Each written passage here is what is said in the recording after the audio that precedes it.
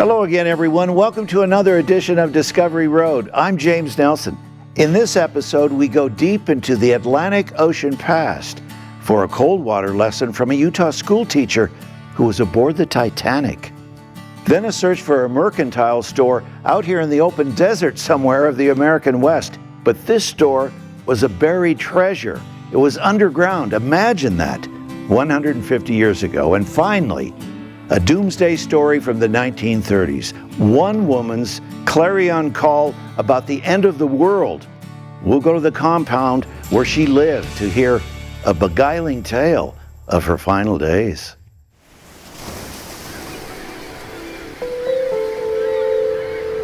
The maiden voyage of a British luxury liner sinking in the ocean in 1912. A lingering nightmare. So many souls lost at sea. And Utah's connection to the event, painful and miraculous. It was a special time in Utah. Martha Hughes Cannon was leading by example, the first woman elected as a state senator in the U.S., a physician, and a leader in the women's suffrage movement. In southern Utah, 5 women were on the verge of becoming America's first all-woman city council. And on a farm in Payson, Utah, where horses dragged plow blades through fertile soil, Irene Colvin was taking it all in, surrounded by fresh air, hard work, and a big unknown world of opportunity. Irene Colvin was one of the first teachers that taught in this building. Inside this historic petite neat school in Payson, Utah, a fascinating chapter of Irene Colvin's story unfolds. But we had some very strange rules for lady teachers in those days. They couldn't dye their hair, couldn't ride in a carriage with only their father or brother. They couldn't hang out in the ice cream parlor. And they had to bring up cleaning supplies one day a week to help clean the building. Then they had another very strange rule. Lady teachers could not be married. If they got married, they, of course, lost their job. So Miss Colvin in 1905 got married, so she lost her job here in the building. She was a great teacher. Students adored her, but the rules were the rules back then. So Irene moved on. She married Walter Corbett, and soon 3 children were born and another dream. She enrolled at Brigham Young Academy, received her nursing degree, then headed to faraway London to become a midwife. I'm sure it wasn't acceptable for the choices that she was trying to make. I remember hearing that her husband was very concerned about what other people would think if she were to pursue this dream. Not only worried about the monetary expense of going that far, but I think a lot of his concern was just worried about what other people would think, thinking that maybe they were having marriage problems or that she wasn't happy being a housewife or a mom, and that just wasn't it. She just felt like she needed to do more. There's just a few pictures. History is important to Cindy, as this family blanket demonstrates. Her father, Gene Colvin, who made certain Irene's story would never be forgotten, well, he helped create the special classroom in the petite neat school where her story lives on. The exhibit shows visitors that she not only was a great teacher, but she completed her medical training and was headed home to her family in Utah on board the Titanic. I think he was very proud. He was very proud of his history, his ancestors. He was very proud of the Colvin name. If there was ever any mention of the Titanic on the news or different documentaries or anything, he was right there telling us about it and wanted us to hear the story over and over again. But it's really amazing that she, at this period of time, she didn't one of the forward-thinking women of our generation, or our previous generations, I should say, that really wanted to serve her fellow man. And since she couldn't become a teacher, decided to become the nurse or midwife. That was a very important aspect of her life.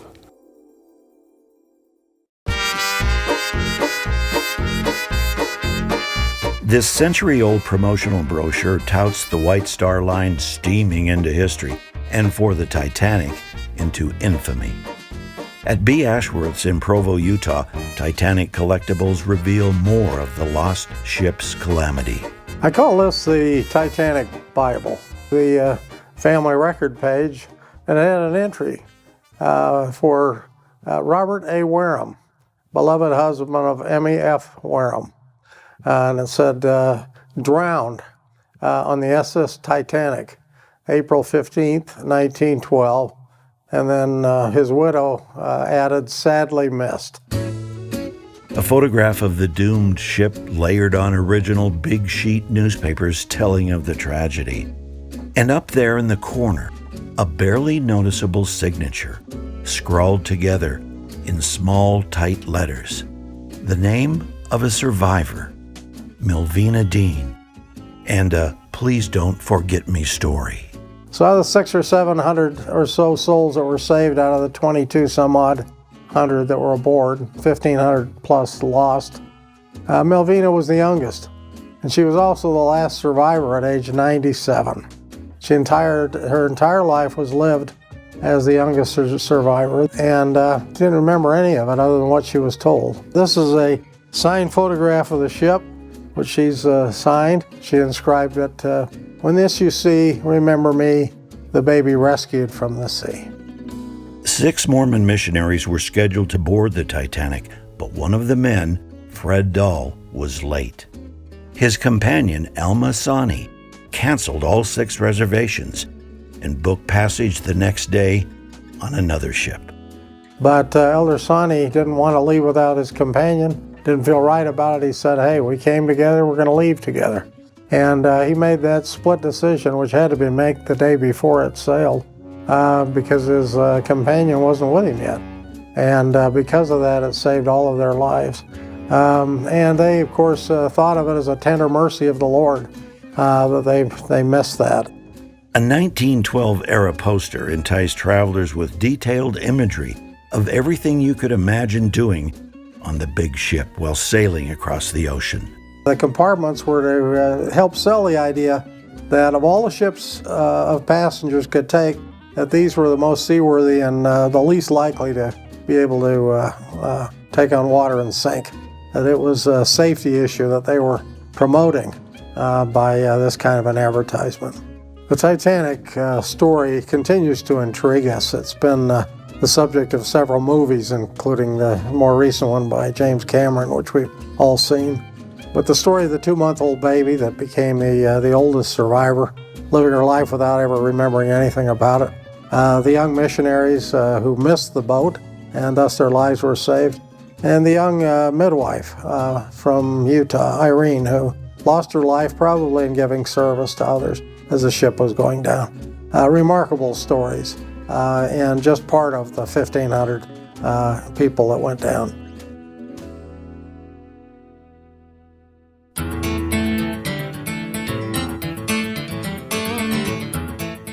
We're headed to a small town in southeastern Utah for a trip back to the days of printer's ink, rolling presses, homegrown newspapers, and big stories.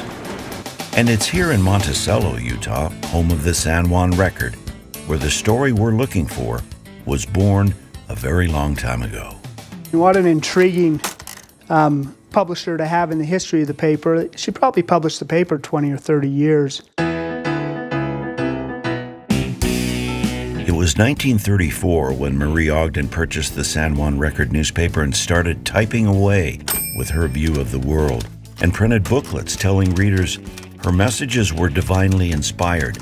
The cautionary tales foretelling of global darkness, earthquakes, and warning of the last days. A bold stance for the promising journalist. But so was the nearby compound she started the year before, causing Mormons to worry their children might one day join the new kid on the block. At least one scholar in a master's thesis called her movement part of the proto-New Age, meaning prior to the New Age movement. So if you think of the Aquarius in the 60s and all of that kind of New Age crystals and all those kind of things, she was kind of the beginning of it.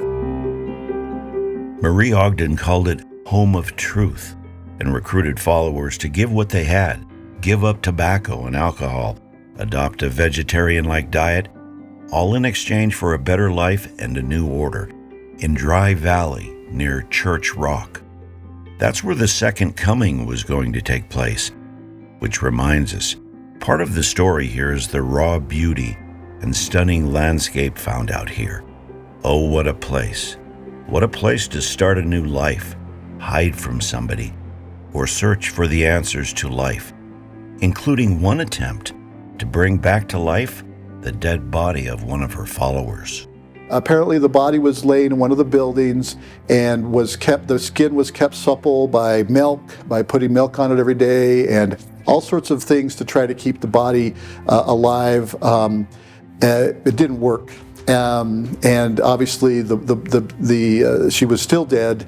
The word got out that the Home of Truth had a dead body on their hands. Locals didn't like it. Government officials showed up. No body was found, but they pushed Marie Ogden into signing a death certificate. It was an international story, but still, no body, no grave, only questions. One of the followers was assigned to take the body out and douse it with fuel and burn it. And that the body burned, but he kept a leg bone, a femur, as a proof that it happened. I think journalistically, she probably played more of a role overseas. This was an international tabloid sensation, what happened to her in a very brief part of her total story. She became famous not for her work in journalism, but for the journalism work about what she did. Home of Truth followers dwindled down to a trickle. The winds of time swept through the compound, and life returned to small-town comings and goings. And Marie Ogden started giving piano lessons to youngsters in town. 9-year-old Sue Halliday was one of them. She was quite a respected promoter of the arts. And so I think it was part of her culture. And so when she came to Monticello, I think they needed money. People would volunteer and give all their worldly belongings to her, but she had quite a few people to take care of. I imagine at one time there might have been 30 people, maybe a few more, and it probably changed often. So I think she had her grand piano, and she loved that, and she loved what she was, and I think she wanted to offer that to the community.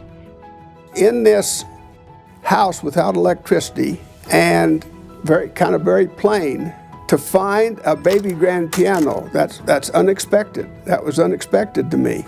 If anyone knows about Marie Ogden, it's Hardy Red, the perfect tour guide of the long-abandoned Home of Truth. And I looked at her library, which wasn't very big. She didn't have cheap novels. I mean, it was philosophical works and religious works. And so, and she was well-spoken and cultured, and you can tell she had a good education. Red's father told Marie Ogden her revelations were nothing special. She respected his matter-of-fact approach, and thus the Red family. Hardy still remembers Marie describing how those recordings, as she called them, arrived each day. Marie Ogden told me that she would get up early in the morning, make her breakfast, clean the dishes, sweep the house, and then ask, "Lord, do you have anything for me today?" She said, sometimes he did, sometimes he doesn't. And whatever the recordings came into my mind that he wanted to give me, I would write down. Marie Ogden designed portals at the commune with different levels so people could eventually reach an oasis and escape from an outside, troubled world. But the promised kingdom on the side of a mountain never arrived. Only weather-worn, tired timber and a ghost town atmosphere remain. It's an intriguing legacy. I'm not really sure exactly what it means. Time will tell. History is different than journalism. Journalism's the first rough draft of history, and then we have history coming later on. The Home of Truth did have a resurrection of sorts.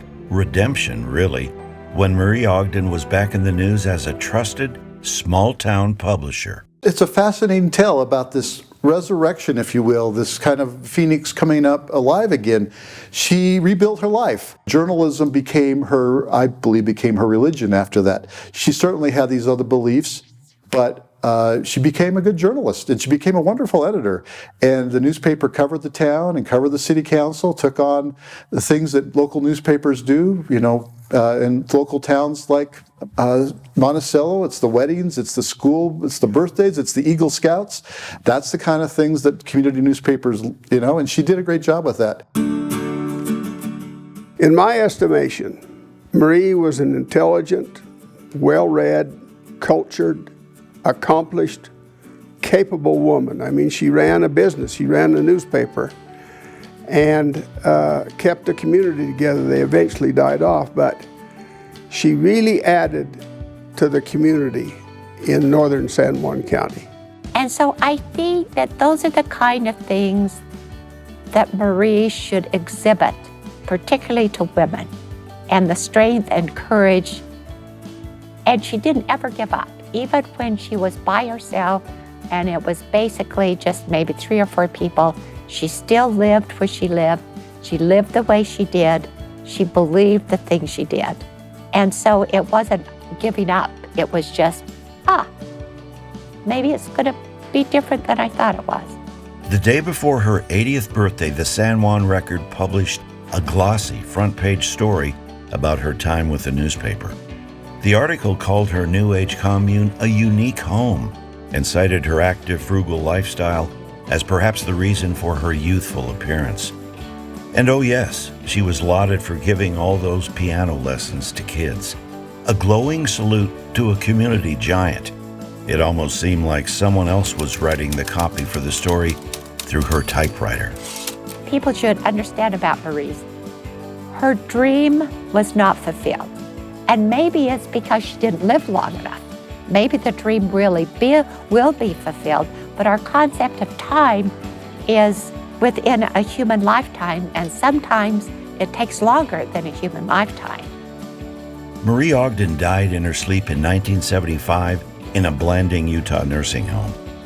As for that baby grand piano, we found it on a small farm some 10 miles outside of Monticello, Utah, wedged inside a room, facing a wall, unplayed and out of tune, but still offering a bit of sophistication and mystery about the home of truth.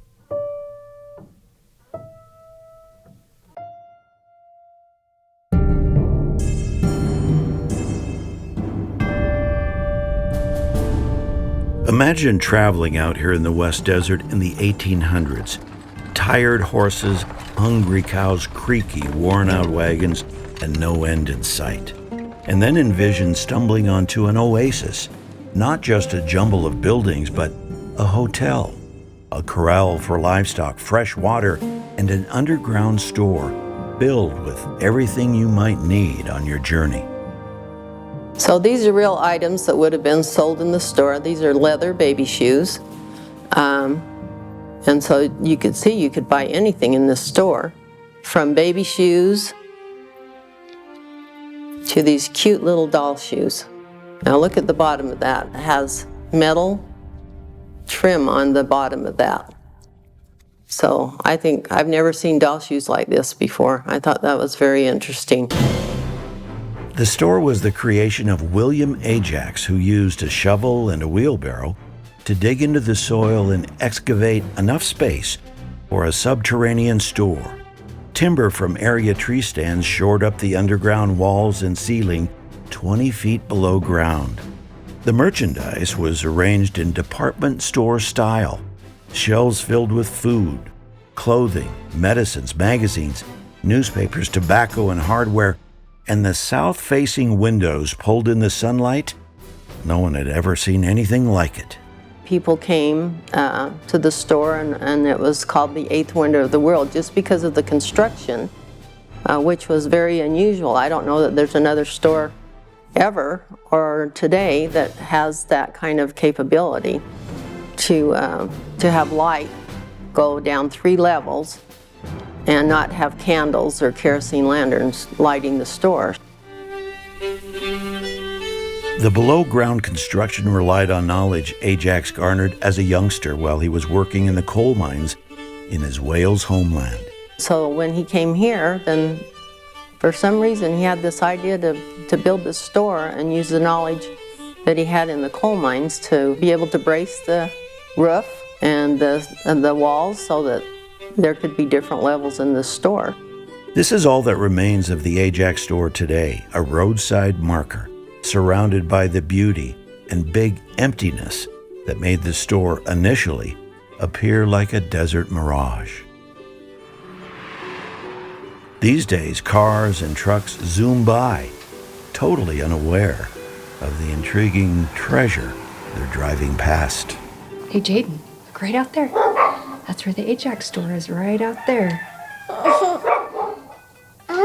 Yeah, right out there. Relatives remain both amazed and prideful about the unusual family story. I mean, they had a lot of items. They had decor and everything. And so his wife and daughters ran the hotel and were very good cooks, I understand. And so they ran a hotel and out of their home, as well as had several rooms and places for a couple hundred head of cattle and a few hundred head of cows, actually, different corrals and things that they did, and then a well and a pulley system to provide all the water for everybody and the cattle. William Ajax served in the Provisional Militia during the Black Hawk War. He worked as a Welsh translator on the Mormon periodical Zion's Trumpet. And he and wife Emma had 9 children, but it was the store, which also served as a post office, that was the big attraction for men and women. If you wanted something pretty, they had things that you could buy, material and notions that you could make things, you know. Even if you're poor and you're a pioneer, you still like to look nice. If the store was just for men, they wouldn't have all the extra things that were in the store. So probably because of Emma, she liked nice things and she knew other women would like nice things. So china was imported from England. There were articles from France. All kinds of places in the world you could order things and they would be sent to the store. So women played a big part in making things happen. You know, he couldn't have done all of the things that he did without the help of energetic and hardworking women. They were hardworking people. The Welsh people are known to be hard workers. And they were both very hard workers. The underground complex had a 20-foot pathway that encircled the ground floor and brought fresh air in when large adjoining warehouse doors were opened. The wide array of merchandise included sewing machines starting at $15, saddles in the $12 to $50 range, Alaska salmon, just 10 cents, a 3-gallon keg of pickles, 85 cents, or how about a pound of the best coffee for about a quarter? If there is anything that lends the family signature to the Ajax store and all they hope to provide to weary travelers, it might be what they imported in their family trunk from Wales. Their love for music and singing. You see, they would often serenade the guests with song and Ajax family band performances. As mines in the area battled to stay open and the sheep industry struggled, the railroad kept on coming. Travel patterns evolved. The demise of the Ajax Underground store, unstoppable. William Ajax died in 1899. Emma and the children kept the store going a few more years, but eventually it was mostly forgotten and buried as a historic footnote by a changing world.